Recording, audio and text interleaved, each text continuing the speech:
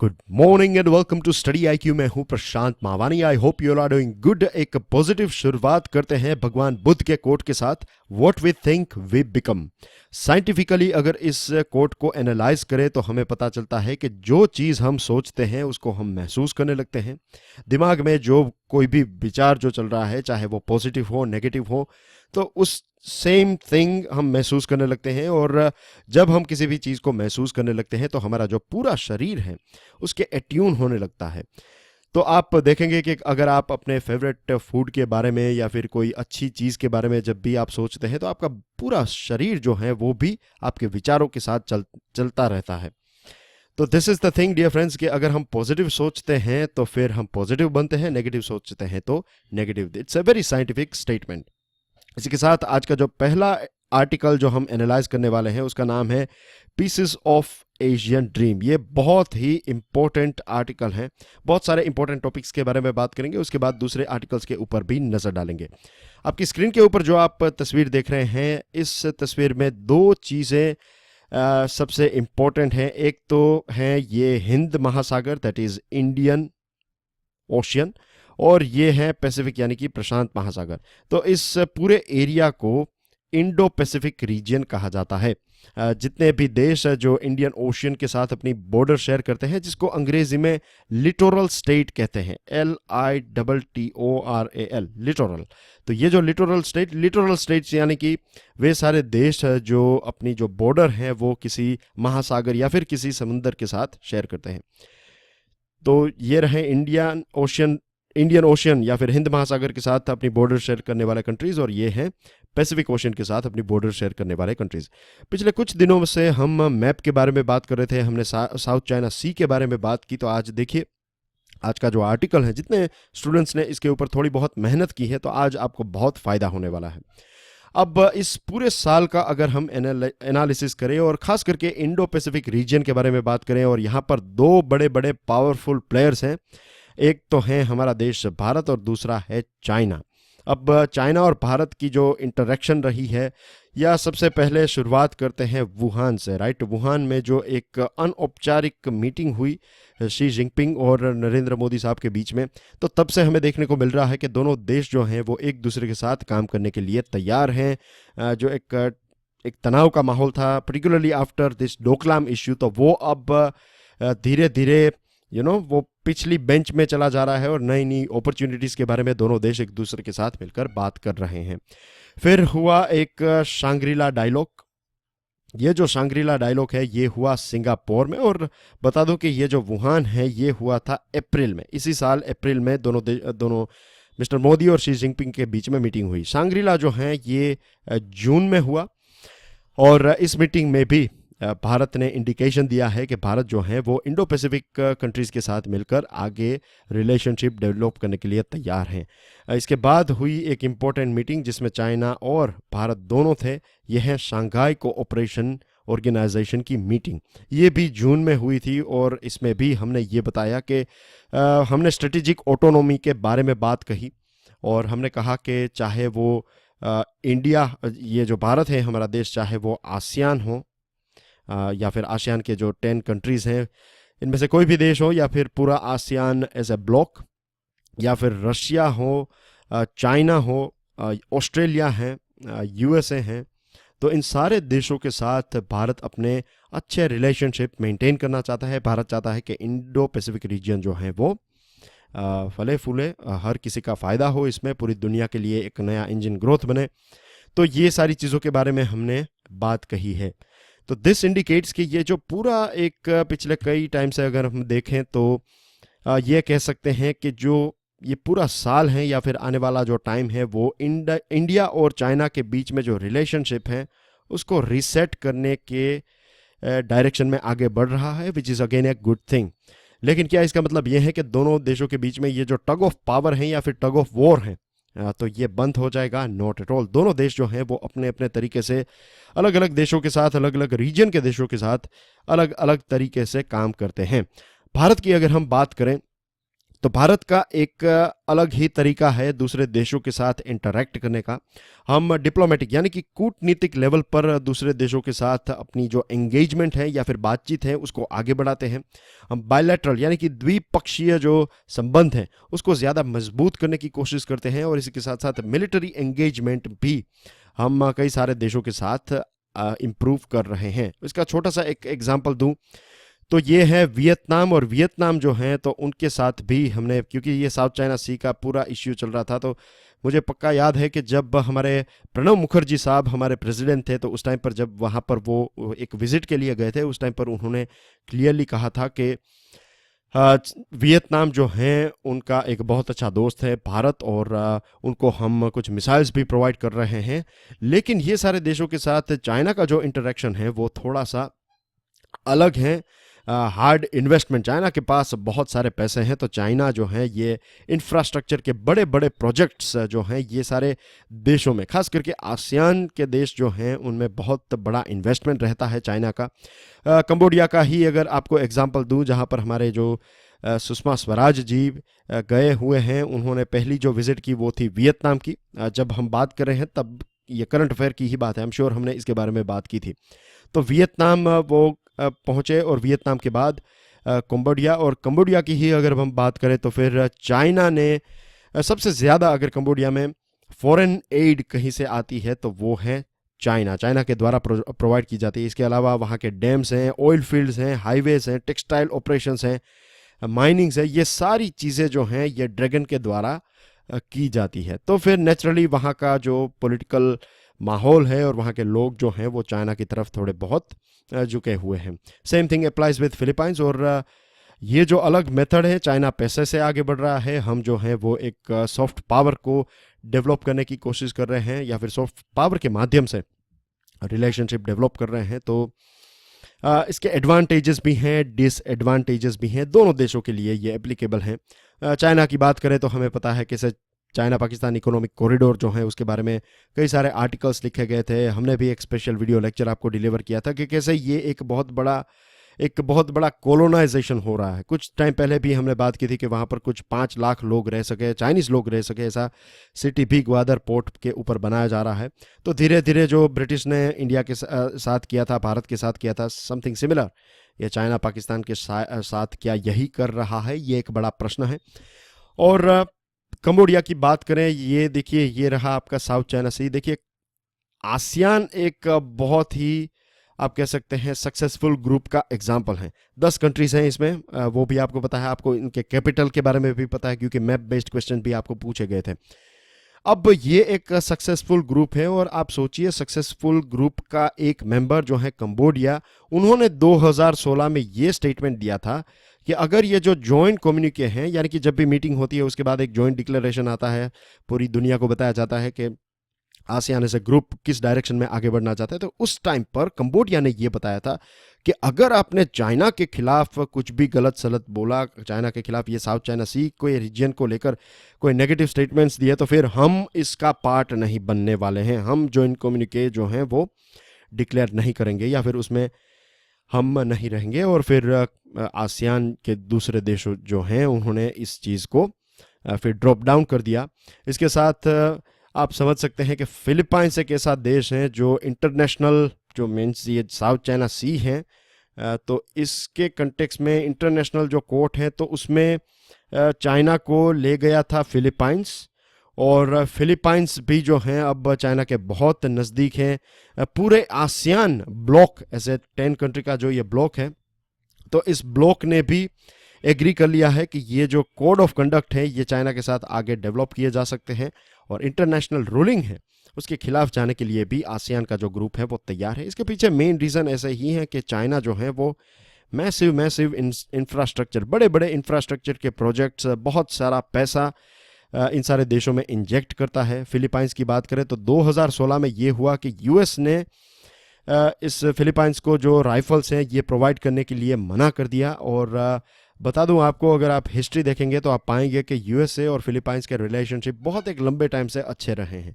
बीच में कुछ ups and downs हमें देखने को मिला, खास करके जो फ़िलहाल प्रेसिडेंट हैं फिलीपाइंस के, उन्होंने ओबामा साहब के बारे में कुछ गलत सलत बातें कही थी, उस टाइम पर डिप्लोमेटिक रिलेशनशिप थोड़े बिगड़ गए थे। लेकिन ये जब गन्स देने के लिए उन्होंने यूएसए ने नो कह दिया, तब आ गया चाइना।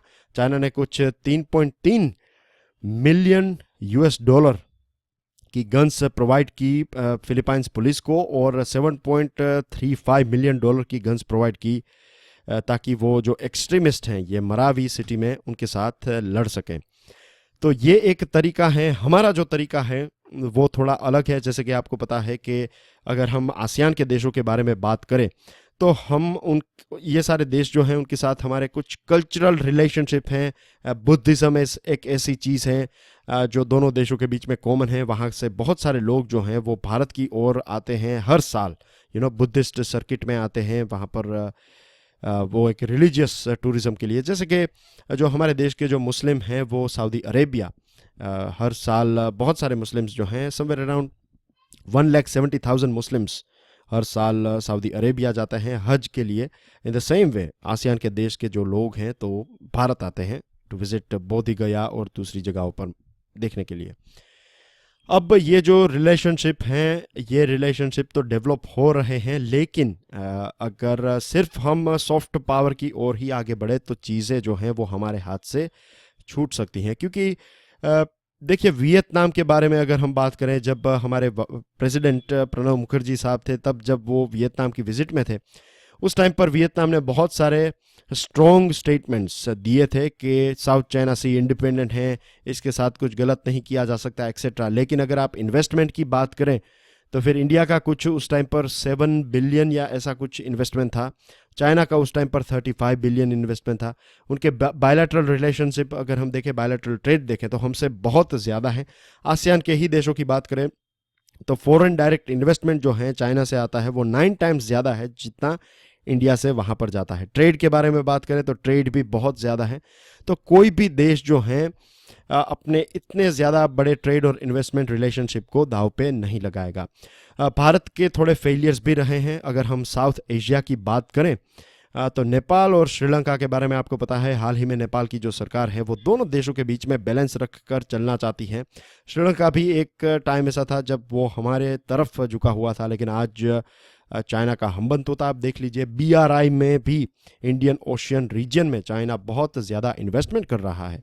चाइना वैसे आप देखें तो इस रीजन का नहीं है, लेकिन आज वो इस रीजन का सबसे ज़्यादा बन चुका है। चाहे वो जिबूटी हो, चाहे वो सूडान हो, चाहे वो तांजानिया हो, ग्वादर हैं, मालदीव्स। हमने देखा कैसे भारत और मालदीव के रिलेशनशिप बहुत बिगड़ गए हैं। मालदीव्स एक ऐसा ही देश है पूरे सार्क नेशन में जिनकी विजिट पर हमारे प्रधानमंत्री साहब नरेंद्र मोदी साहब नहीं गए हैं। 2015 में वो जाने वाले थे, लेकिन उस टाइम पर इसको ड्रॉप डाउन किया गया। और दूसरे भी पोर्ट्स हैं, तो इसे स्ट्रिंग ऑफ पर्ल्स भी कहते हैं, मोतियों की माला, जिस माला से शायद चाइना जो है वो हमारा दम घुटना चाहता है। तो हमें क्या चाहिए? हमें चाहिए soft and hard power. USA के बाद भारत ही एक ऐसा देश है जिसका सॉफ्ट पावर यानी कि जो एक रिलेशनशिप होता है वो बहुत अच्छे हैं। चाहे वो आर्ट हो, चाहे लिटरेचर हो, म्यूज़िक हो, डांस हो, सिनेमा हो। कुछ टाइम पहले मैंने किसी एक फिल्म एक्टर या फिर कोई एग्जाम्पल दिया था, तब कुछ स्टूडेंट्स का रिएक्शन ये था कि सर फिल्म एक्टर्स की बात कर रहे हैं, ये रेलेवेंट नहीं है। लेकिन देखिए, सॉफ्ट पावर की बात करें तो सिनेमा जो है उनका जो इम्पैक्ट है ये बहुत बड़ा है। बहुत सारे ऐसे देश हैं, ईरान से लेकर आसियान देशों को देखिए, वहाँ पर भारत के गाने बजते हैं। और ये सारी चीज़ें पीपल टू पीपल कॉन्टेक्ट के लिए बहुत इंपॉर्टेंट है। जब P2P कॉन्टेक्ट होते हैं तब आप किसी भी रिलेशनशिप को किसी भी लेवल तक ले जा सकते हैं। दूसरे देशों की बात करें जैसे कि इंडिया ऑस्ट्रेलिया है, तो इंडिया और ऑस्ट्रेलिया के बीच में भी ये 2+2 डायलॉग्स जो हैं वो चल रहे हैं। जापान जो है, ये कुछ पॉजिटिव पॉइंट्स आपके सामने रख रहा हूँ। जापान और भारत के रिलेशनशिप भी बहुत अच्छे हैं, चाहे ये मिलिट्री हो, चाहे ये कल्चरल हो, चाहे ये बायलैटरल ट्रेड के कंटेक्स्ट में ही क्यों ना हो। इंडोनेशिया और सिंगापुर जो हैं वो भारत के साथ अपने रिलेशनशिप को एक नए लेवल पर ले जाने के लिए तैयार हैं। और CPEC या फिर BRI के बारे में एक अगर नए पॉइंट के कंटेक्स्ट में देखें तो भारत भी नेगोशिएशन कर सकता है, क्योंकि BRI जो है भारत के बिना सक्सेसफुल खास करके इस रीजन में नहीं हो सकता है। तो चाइना का भी एक चाइना की भी एक कमज़ोर कड़ी है BRI एंड इंडिया। तो अगर भारत BRI के कंटेक्स्ट के ऊपर या फिर BRI के ऊपर चाइना के साथ डिस्कशन करे तो फिर CPEC जो चाइना पाकिस्तान इकोनॉमिक कॉरिडोर के साथ हमारा जो दिक्कत है उसको हम सॉर्ट आउट कर सकते हैं। और अगर मान लीजिए BRI के साथ हम जुड़ गए हैं, हमारा प्रॉब्लम अगर सोल्व कर दिया चाइना ने, तो फिर दूसरे जो ग्रुप्स हैं जैसे कि बिम्स्टेक हैं या फिर BBIN है, यानी कि भूटान बांग्लादेश भूटान इंडिया नेपाल कॉरिडोर, तो ये सारी चीज़ों में भी एक नई जान हमें देखने को मिलेगी, एक नई एक नए जोश के साथ ये सारे देशों का भी डेवलपमेंट हो सकता है। और हो सकता है कि सार्क जो हैं उसमें भी एक डिफरेंस देखने को हमें मिले। एक न्यूज़ आइटम है जो मैं इस चीज़ के साथ क्लब करना चाहूँगा। नो आर्म्स रेस, भारत ने ये साफ कहा है कंबोडिया में कि हम किसी भी प्रकार की आर्म्स रेस, यानी कि ऐसा नहीं है कि भारत USSR और USA के बीच में जो थी कि हमारे पास इतने हथियार हैं तो हमारे पास इतने हैं, दोनों एक कंपटीशन में थे, तो ऐसी कोई चीज़ करना नहीं चाहता है। दूसरी जो चीज़ है वो ये है कि जो प्रोजेक्ट्स हैं, भारत का एक दूसरा तरीका है कि प्रोजेक्ट्स को सपोर्ट करने के लिए भारत डेमोक्रेटिक या फिर डेमोक्रेसी अलाउ करता है। जो भी कोई देश है वो खुद तय करे उनको कौन कौन से प्रोजेक्ट चाहिए, और भारत अगर हो सकेगा तो फिर उनकी लोन के माध्यम से और ग्रांट्स के माध्यम से मदद भी करता है। तो ये भी एक अलग तरीका है। चाइना जो है पहले प्रोजेक्ट्स जो हैं वो कहेगा कि ये प्रोजेक्ट्स आपको चाहिए, इतने पैसे मिलेंगे, और भारत जो है वो अलाउ करता है कि प्रोजेक्ट्स वो तय करें। तो this is a big difference as well. और इसी के साथ आज के लेक्चर की PDF अगर आप डाउनलोड करना चाहें then you will get it from my Facebook page और ट्विटर हैंडल। ये सबसे इंपॉर्टेंट आर्टिकल था। आई एम श्योर ये पूरे रीजन के बारे में अब आपको, ये जियोपॉलिटिक्स के कंटेक्स्ट में भी बहुत इंपॉर्टेंट था। तो I hope things are clear to you. अब दूसरे आर्टिकल्स की ऊपर नज़र डालते हैं। एक है the final frontier of populism. अगर आप किसी बेकरी में जाएं या फिर मान लीजिए कि आप थर्ड पार्टी हैं, वहाँ पर खड़े हुए हैं और एक कपल आता है एक केक लेने के लिए, और जो बेकरी है उसका जो मालिक है वो मना कर देता है कि मैं आपको केक इसलिए नहीं बेच पाऊंगा क्योंकि आपकी जो वेडिंग केक है, जो शादी की जो केक होती है, वो केक गे मैरिज या फिर लेस्बियन मैरिज, जो सेम सेक्स कपल हैं उनके लिए हैं, और ये जो चीज़ है वो इस बेकर के रिलीजियस बिलीव्स के खिलाफ है। तो क्या इस चीज़ को हम एक जो धार्मिक स्वतंत्रता है उस कंटेक्स्ट में देखेंगे या फिर एक डिस्क्रिमिनेशन के कंटेक्स्ट में देखेंगे कि जो होमोसेक्सुअल्स हैं उनके साथ अन्याय होता है या फिर उनके साथ डिस्क्रिमिनेशन किया जाता है?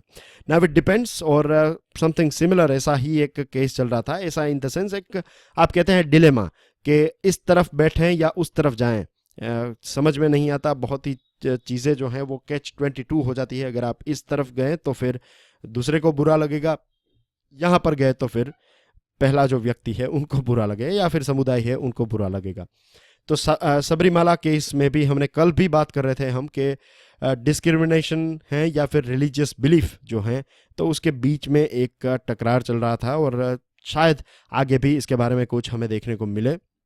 लेकिन यहाँ पर बात हो रही है मिस्टर ट्रंप के बारे में। कल हमने एक तरीकों के बारे में बात कही थी। एक तरीका है ओरिजिनलिस्टिक व्यू, राइट, कि हमारा जो संविधान है, कॉन्स्टिट्यूशन है, उसको देखने का समझने का एक तरीका है। और दूसरा जो है वो है जिसे हम कहते हैं लिविंग ट्री डॉक्ट्रिन या फिर एवोल्यूशनिस्ट मॉडल आप कह सकते हैं उसे, कि समय के साथ साथ कॉन्स्टिट्यूशन को देखने का नज़रिया भी जो है वो बदलना चाहिए।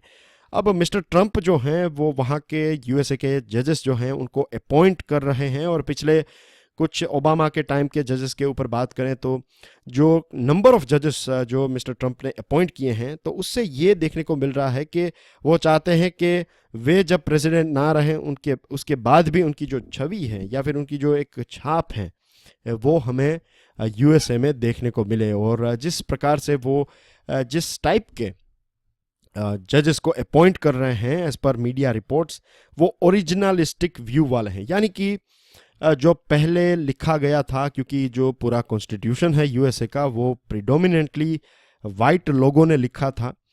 और आपको पता ही होगा कि एक लंबे समय के बाद USA ऐसा पहला देश है जिन्होंने कॉन्स्टिट्यूशन एडॉप्ट किया मॉडर्न एरा में, और डेमोक्रेसी सबसे पहले वहाँ पर आई और फिर बाद में बहुत साल लग गए। आज जो वहाँ की डेमोक्रेसी है या फिर भारत जो आज़ादी के बाद हमारा जो कॉन्स्टिट्यूशन है वो बहुत ही डिफरेंट रहा है। पहले से ही हमारे यहाँ पर हर कोई इक्वल है। वहाँ पर एक लंबे टाइम के बाद समवेयर अराउंड 1960s और 70s में ये जो काले और गोरे के बीच में एक भेदभाव था वो ख़त्म हुआ। तो it took a very long period of time, और कहीं ना कहीं ये दिखाता है कि जो वहाँ का जो ओरिजिनलिस्टिक व्यू अगर आप पकड़ें तो फिर यूएसए में बहुत बड़े इश्यूज हो सकते हैं। और मिस्टर ट्रंप ने जो जजेस अपॉइंट किए हैं उसमें से सिर्फ 10% से कम जजेस जो हैं वो डिफरेंट रेस के हैं या फिर एथनिक माइनॉरिटीज़ के हैं। फीमेल जजेस की प्रपोर्शन या फिर उनके भी नंबर जो हैं बहुत कम हैं। तो ये सारी चीज़ें कहीं ना कहीं यही दिखाती हैं कि फिर जजेस के माध्यम से फिर दूसरे जो डिसीजंस हैं उनको भी चेंज करने की कोशिश कर रहे हैं। और किसी भी देश के लिए, किसी भी समाज के लिए, देखिए जजेस जो होते हैं वो आखिर तो इंसान ही होते हैं, उनके ऊपर भी पब्लिक ओपिनियन है, उनका एक इम्पैक्ट ज़रूर होता है। लेकिन इसका मतलब ये नहीं है कि वो उस पब्लिक ओपिनियन जो हैं उसके तहत, यानी कि जिस तरफ धारा बह रही है उस तरफ वो चले जाएं। Not at all. उनका काम है कि जस्टिस को मेंटेन करना। तो इन सारी चीज़ों से जुडिशरी को बचना चाहिए और हर किसी देश के लिए ये इम्पोर्टेंट है, चाहे वो भारत हो या फिर यूएसए। तो लेट्स वेट एंड वॉच। अब ये चीज़ तो हो रही है यूएसए में, इसका इम्पैक्ट क्या होगा वो आने वाला वक्त ही बताएगा। थर्ड जो आइटम है ये है स्टैग्नेशन पोस्ट समिट। ये दो चीज़ों के बारे में बात करूँ, ये एक प्योर पॉलिटिकल आर्टिकल है जो आपका किसी काम का नहीं है। ये एक जो पास्ट डेटा हैं, जीडीपी के रेट्स ज़्यादा थे कम थे, तो इसके बारे में हमने बातचीत कर ली है। तो I am not taking this one as well on board. और ये जो है ईजिंग टेंशन, इसके बारे में मैं आपको एक छोटी सी डिटेल दे देता हूँ। देखिए यूएसए के जो मिस्टर ट्रंप साहब हैं, तो इनके आने के बाद इन्होंने सभी अपने पुराने जो देश हैं, जो मित्र देश हैं, उनके साथ भी रिलेशनशिप जो हैं वो नई कंडीशन से शुरू करने की एक शुरुआत की। यूके एक सबसे पुराना फ्रेंड है यूएसए का, तो उनको भी मिस्टर ट्रंप ने साफ बता दिया कि ऐसा नहीं है कि आपका ही फ़ायदा हो। अगर हमारा कोई नुकसान हुआ इस रिलेशनशिप में तो ये रिलेशनशिप को तोड़ने में एक बार भी हम नहीं सोचेंगे। तो आप सोच सकते हैं कि कितना टफ स्टैंड लिया है। और फिर ये जो north American free trade agreement है, नाफ्टा है, जिसमें कनाडा है सबसे ऊपर, उसके बाद है USA in terms of geography, और फिर आता है मेक्सिको। तो ये तीन देशों के बीच में एक फ्री ट्रेड था। और यूएसए के जो मिस्टर ट्रंप हैं उन्होंने साफ तौर पर बता दिया कि ये दोनों देश हैं और उनके जो लोग हैं, अगर वो जॉब छिन रहे हैं तो उनके साथ भी रिलेशनशिप आगे नहीं डेवलप किए जाएंगे। तो अब ये आर्टिकल में ये बात कही गई है इस एडिटोरियल में कि यूएसए और मेक्सिको के बीच में एक डील हुई है। और मेक्सिको जो हैं, इनके जो लोग हैं ये कार प्रोडक्शन में बहुत काम करते हैं, या फिर ज़्यादातर कार प्रोडक्शन में आपको मेक्सिकन लोग मिलते हैं। तो फिर ये हो रहा था कि बहुत बड़ी कंपनीज जो हैं वो मेक्सिको में प्रोडक्शन आगे बना रही थी। तो अब दोनों देशों के बीच में एक डील हुई है कि $16 पर आवर जो हैं वो अगर इतने पैसे मिल रहे हैं किसी व्यक्ति को, तो मीन्स कार प्रोडक्शन में इतना मिनिमम वेज होना चाहिए। तो फिर इससे धीरे धीरे यूएसए एक ऐसी डील डेवलप कर रहा है जिससे कि एक नई टर्म्स एंड कंडीशन बने। और मेक्सिको एक ऐसा देश था जब यूएसए ने यूएसए के खिलाफ सारे देश, चाइना है, फिर यूके है, इंडिया है, तो ये रेसिप्रोकल टैरिफ्स लगा रहे थे, तब मेक्सिको ने भी लगाए थे। लेकिन अब ये इश्यू सॉर्ट आउट हुए हैं, तो एक होप, ये जो आशा की किरण है वो भी दिखाई देती है कि आने वाले टाइम में दूसरे देश भी इस प्रकार के नेगोशिएशन करके पूरी दुनिया जो है वो एक प्रोटेक्शनिज्म या फिर एक जो दीवार बड़ी खड़ी की है टैरिफ्स की, तो वो हटा सकते हैं। तो आई होप ये भी चीज़ क्लियर होगी। अब बात करते हैं स्टैग्नेशन पोस्ट समिट। ये एक बहुत इजी टू अंडरस्टैंड आर्टिकल है, क्योंकि मेरा मानना है कि इसके पहले भी हमने विस्तार से इसके बारे में चर्चा की है। आई एम श्योर आपने मेरे स्पेशल वीडियो लेक्चर्स भी देखे होंगे इसके ऊपर। ये यूएसए और नॉर्थ कोरिया के बीच में जब समिट होने वाली थी उस टाइम पर मैंने एक एनालिसिस किया था और उस टाइम पर भी बताया था कि बहुत ध्यान रखना होगा नॉर्थ कोरिया के साथ डील करते हुए, क्योंकि पास्ट हिस्ट्री को अगर देखा जाए तो फिर अपनी ज़बान पर जो कहें कि खरा उतरे ऐसा ये देश नहीं है। अब 12 जून में जो सिंगापुर में दोनों देशों के बीच में एक हिस्टोरिक मीटिंग हुई, तो इससे ये एक परसेप्शन या फिर एक ये चीज़ लोग समझने लगे कि इसमें रियल में अगर किसी की जीत हुई है तो ये हुई है किम जोंग उन की। और क्यों ना माने लोग, क्योंकि स्पेसिफिक डिटेल्स आज भी नहीं है कि कितने बॉम्ब्स हैं उनके पास। दूसरी जो चीज़ है वो ये है कि ये जो नॉर्थ कोरिया है, उन्होंने यूएसए के जो फॉरेन मिनिस्टर हैं माइक पोम्पियो साहब, उनकी एक मीटिंग भी हुई और बाद में उन्होंने जब कहा कि कितना स्टॉक पाइल है, कितना स्टॉक है न्यूक्लियर का आपके पास, तो इस चीज़ के बारे में भी नॉर्थ कोरिया ने किसी भी प्रकार की डिटेल्स प्रोवाइड नहीं की। फिर मिस्टर ट्रंप भी कई बार जो हैं वो कुछ ऐसा बोल देते हैं जिसकी इम्पैक्ट जो है वो बहुत नेगेटिव होती है, जैसे कि वॉर गेम्स। ये जो शब्द हैं ये साउथ कोरिया और यूएसए के बीच में जो मिलिट्री एक्सरसाइज होती है जिससे नॉर्थ कोरिया काफ़ी परेशान था। तो नॉर्थ कोरिया इसको बहुत ही प्रोवोकेटिव यानी कि उकसाने वाली चीज़ मानता था और यही शब्दों का उपयोग मिस्टर ट्रंप ने भी किया। तो ये भी एक पॉइंट ऐसा है कि जो किम जोंग उन के पास चला गया।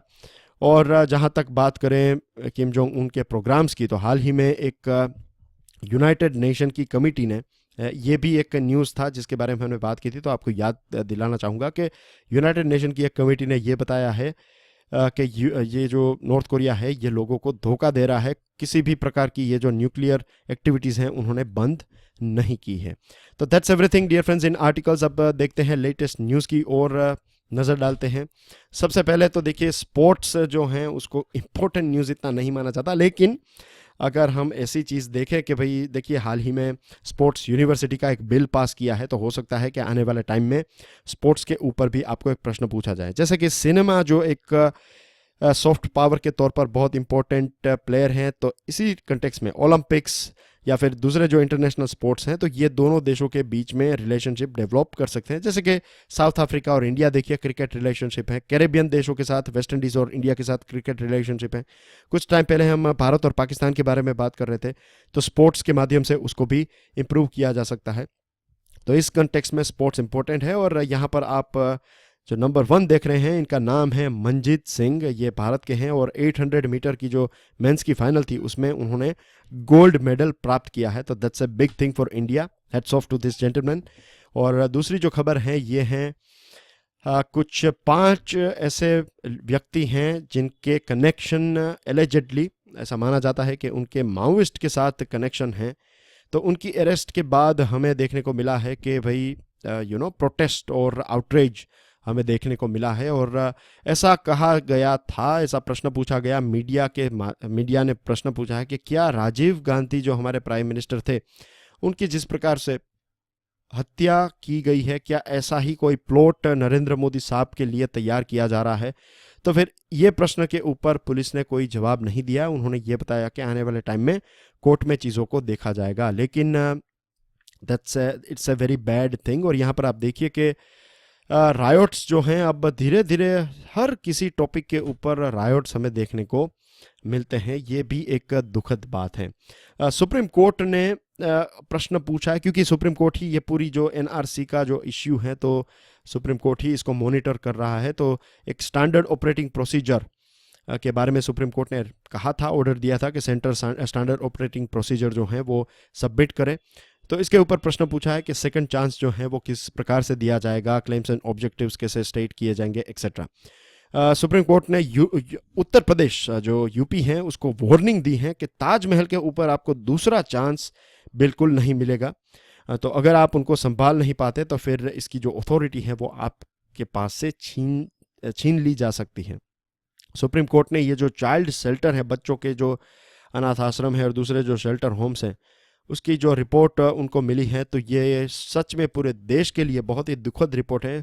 कुछ 2800 से ज़्यादा जो होम्स हैं इसमें से सिर्फ 54 ऐसे हैं जिसको आप कह सकते हैं कि थोड़ा पॉजिटिव रिव्यू उनका है, बाकी का बहुत नेगेटिव रिव्यू है। और ऑन एन एवरेज जो आंकड़ा हमारे सामने आया है वो ये है कि 1500 जितने बच्चों का सेक्सुअल अब्यूज़ हुआ है इन सेंटर, ये पर्टिकुलर नहीं लेकिन ओवरऑल भारत के जो शेल्टर होम्स है उसमें से इतने केसेस हमें देखने को मिल रहे हैं।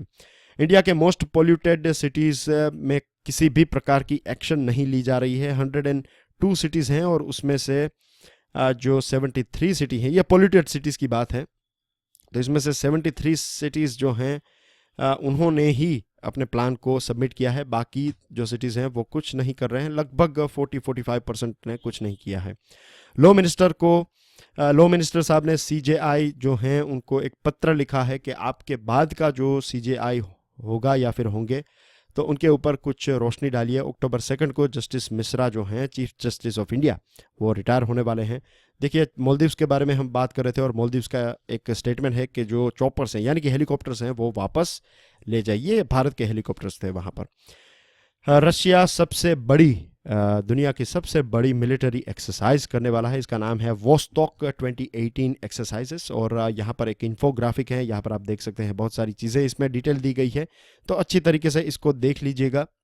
इसके बाद एक बहुत ही इंपॉर्टेंट टॉपिक है जिसके ऊपर हमें आर्टिकल्स और एडिटोरियल्स देखने को मिलेंगे और ये हैं कि कल इसरो ने ये अनाउंस किया है कि आने वाले 40 मंथ्स में 40 महीनों में गगनयान एक मैन मिशन होगा, यानी कि लोगों को हम 3 व्यक्तियों की बात आई है, 3 एस्ट्रोनॉट्स जो हैं वो स्पेस में जाएंगे और अगर ये हमने सक्सेसफुल कर लिया तो 3 ही ऐसे देश हैं, एक है USA, रशिया और चाइना। इसके बाद 4th बन जाएगा भारत, जिसने जो इंडिपेंडेंटली अपनी टेक्नोलॉजी से लोगों को स्पेस में भेजेगा और ये बहुत इंपॉर्टेंट है। आई एम श्योर इसके ऊपर बहुत सारी चीज़ें हमें देखने को मिलेगी और आने वाले टाइम में मैं भी आपको इसके बारे में बहुत सारी चीज़ों के ऊपर बात करने वाला हूँ, इसके पॉजिटिव इम्पैक्ट एक्सेट्रा।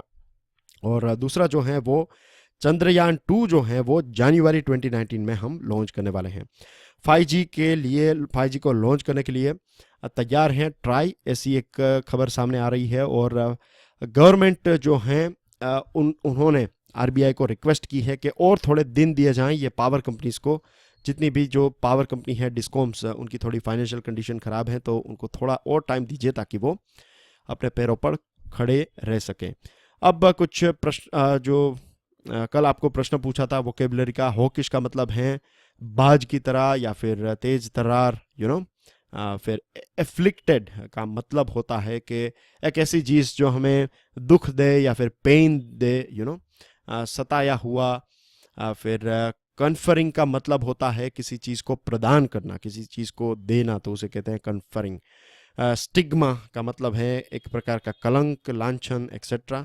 ऑस्ट्रेसाइजेशन या फिर ऑस्ट्रेसाइज्ड का मतलब है समाज से निकाल देना, निष्कासन करना। और आज का प्रश्न है डोविश। कल मैंने हॉकिश के बारे में पूछा था, तो डोविश जो है इसका मतलब क्या होता है, डविश भी कहते हैं इसे। और कल आपको जो प्रश्न पूछा था ये है स्ट्रेट ऑफ हॉर्मस, और ये इंपॉर्टेंट इसलिए है क्योंकि लगभग 33% जितना जो ऑयल है वो यहाँ से फिर इसी मार्ग से पूरी अलग अलग जगहों पर पहुँचता है। तो ये एक बहुत ही इम्पोर्टेंट जगह है। और आज का प्रश्न ये है कि मान लीजिए मुझे मुंबई से कुछ चीज़ें मेरे दोस्त को मॉस्को भेजनी है, तो कौन सा रास्ता मेरे लिए सबसे सही होगा? क्या ऐसा कोई कॉरिडोर है जो आप मुझे सजेस्ट कर सकते हैं, और वाया किस इम्पोर्टेंट सिटी से ये गुजर कर मैं जा सकता हूँ? This is a question for you guys, think about it. और इसी के साथ 2 प्रश्नों के आंसर यहाँ पर हैं आपके लिए। 2 और प्रश्न हैं। आप जानते हैं कि आप इस PDF को डाउनलोड करने के बाद इसको आराम से पढ़ सकते हैं। और कल जो आपको फ्लैग के बारे में प्रश्न पूछा था, that is right, it is Switzerland. तो आज बताइए कि ये जो फ्लैग है ये किस देश का है। और हमारे pendrive and tablet courses available हैं। To find out more about it check out studyIQ.com। Thank you very much for your support. बहुत सारी पॉजिटिव कमेंट्स और मैसेजेस मुझे मिलते हैं फेसबुक के ऊपर। और फ्रेंड्स, ये मेरी कोई खासियत नहीं है, राइट, ये आप ही की एक दृष्टि है जो आप इतना पॉजिटिवली देखते हैं, वरना ऐसा कोई डिफरेंस भी नहीं है मेरे और आपके बीच में। हाँ, वो बात अलग है कि मैं किसी भी प्रकार की एग्जामिनेशन की प्रिपरेशन नहीं कर रहा हूँ। टीचिंग एक पैशन है और यही फुलफ़िल कर रहा हूँ रोज़ जो है वो अपने ही ड्रीम्स को फुलफ़िल कर रहा हूँ मैं, because I love sharing and I love educating, I love to share what I have. So that's everything. Enjoy your day. जय हिंद।